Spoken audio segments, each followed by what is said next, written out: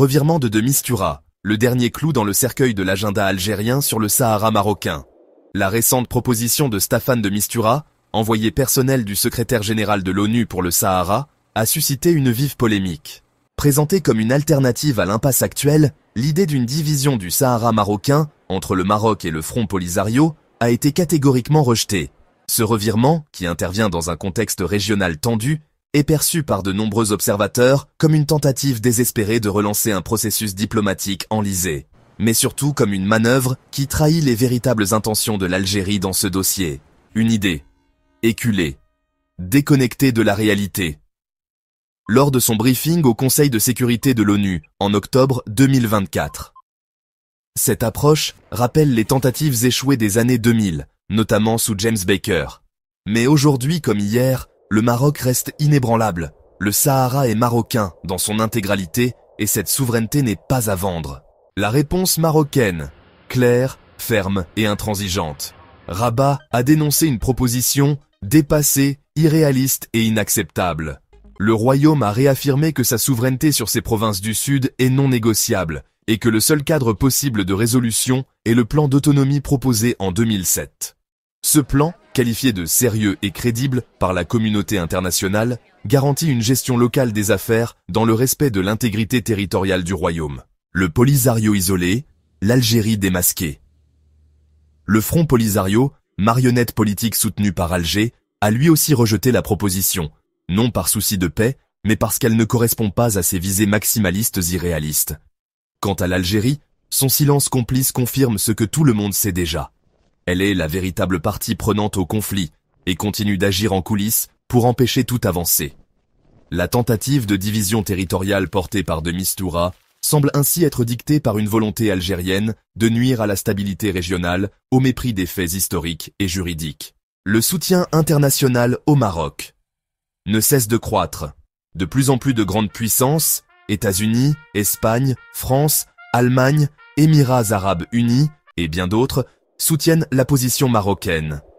L'ouverture de consulats dans les villes sahariennes de Laayoune et Dakhla par plusieurs pays africains, arabes et latino-américains renforce la légitimité marocaine et isole davantage les séparatistes et leur soutien. Le Maroc avance, ancré dans la légalité internationale, fort de son histoire et porté par un développement visible sur le terrain. L'ONU doit revoir sa feuille de route. Face au rejet général de sa proposition, de Mistura envisagerait de demander une réévaluation du rôle de l'ONU dans ce dossier. Il est peut-être temps que l'organisation internationale prenne acte de la réalité. La solution existe déjà. Elle s'appelle le plan d'autonomie sous souveraineté marocaine, et elle représente l'unique issue viable et durable à ce différend. Conclusion. La tentative de relance d'un vieux schéma de division territoriale est non seulement vouée à l'échec, mais elle révèle aussi, de manière flagrante, l'échec de l'agenda algérien. Le Sahara est marocain, historiquement, légalement et moralement.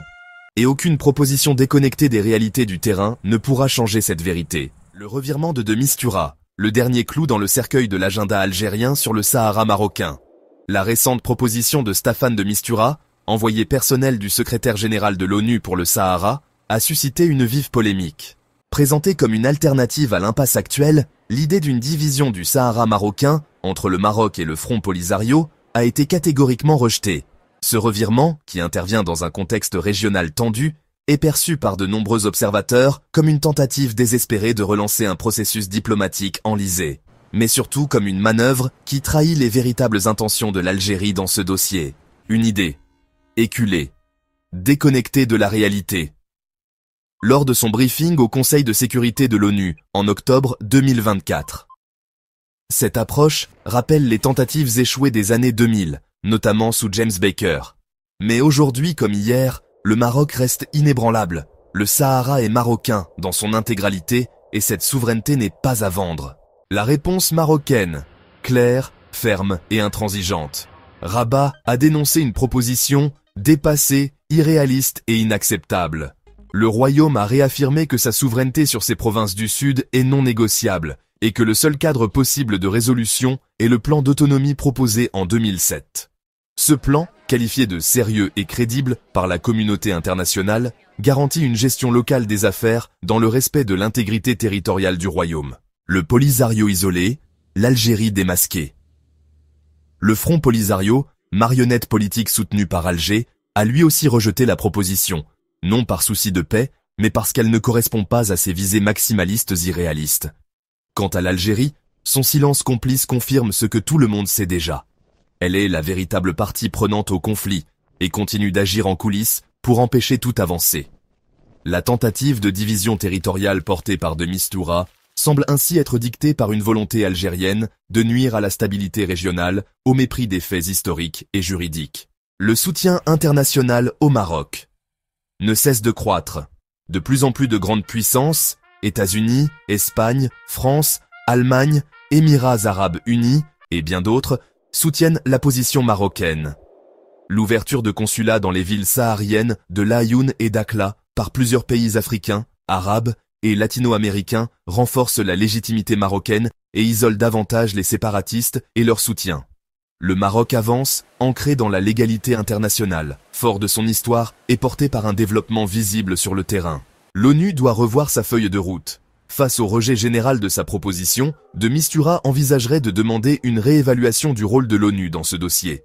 Il est peut-être temps que l'organisation internationale prenne acte de la réalité. La solution existe déjà. Elle s'appelle le plan d'autonomie sous souveraineté marocaine, et elle représente l'unique issue viable et durable à ce différend. Conclusion. La tentative de relance d'un vieux schéma de division territoriale est non seulement vouée à l'échec, mais elle révèle aussi, de manière flagrante, l'échec de l'agenda algérien. Le Sahara est marocain, historiquement, légalement et moralement. Et aucune proposition déconnectée des réalités du terrain ne pourra changer cette vérité.